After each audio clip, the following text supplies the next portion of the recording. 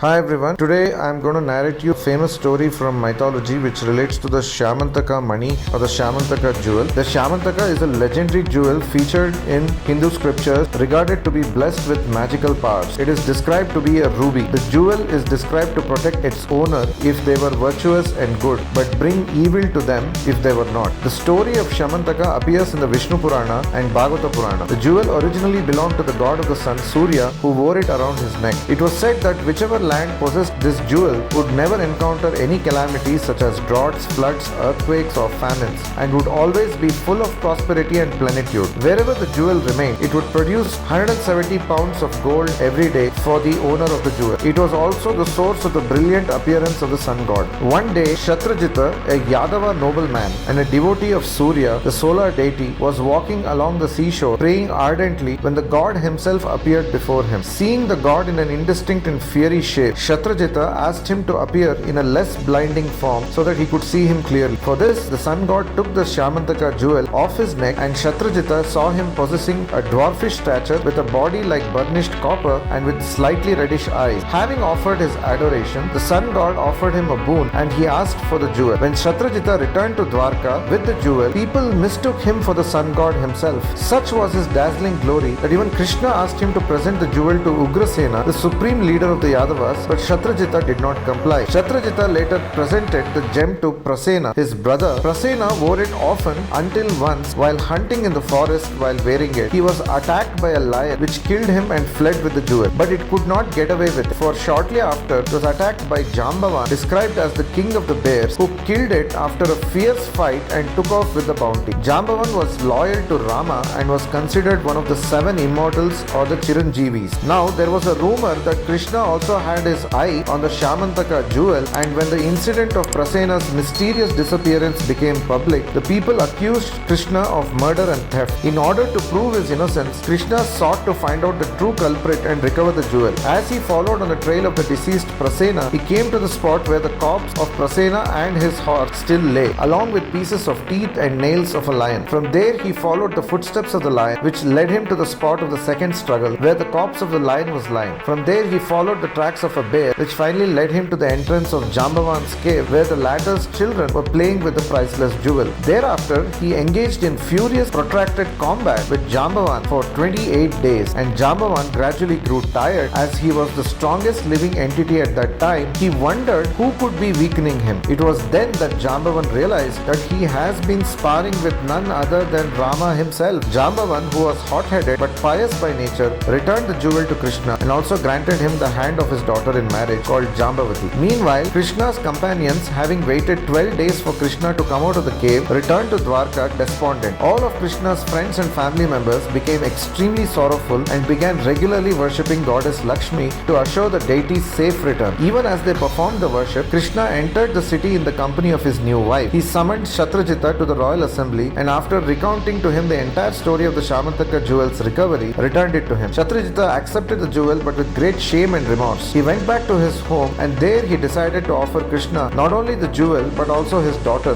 Satyabhama, so as to atone for the offense he had committed against the Lord's lotus feet. Krishna accepted the hand of Kshatrajita's daughter Satyabhama, who was endowed with all divine qualities, but he refused the jewel, returning it to King Kshatrajita. After a few days, Krishna and Balarama were off to Hastinapura after there were rumors that the Pandavas had been burned to their death in a fire. Kritavarma, Akrura and Shatadanva, who had wished to wed Satyabhama themselves, conspired to make use of Krishna's absence from Dwarka as an opportunity to steal the gem as revenge. Shatadanva one night entered the house of Kshatrajita and killed him in his sleep, taking off with the jewel. A sorrowful Satyabhama rushed to Hastinapura to inform Krishna about the ghastly death of her father. Krishna and Balarama immediately started for Dwarka to avenge Kshatrajita's death, hearing of which Shatadanva fled on his horse, placing the jewel with Akrura. He was chased down by Krishna and Balarama and finally killed by Krishna in the outskirts of Mithila. Not finding the jewel, Krishna reported these tidings to his brother, who refused to believe him at first. Later, Krishna returned to Dwarka, and upon realizing that Akrura had already fled to Kashi with the Syamantaka jewel, summoned him and asked him to admit his guilt. When Akrura complied, Krishna let him keep it on the condition that it was to remain in the city of Dwarka.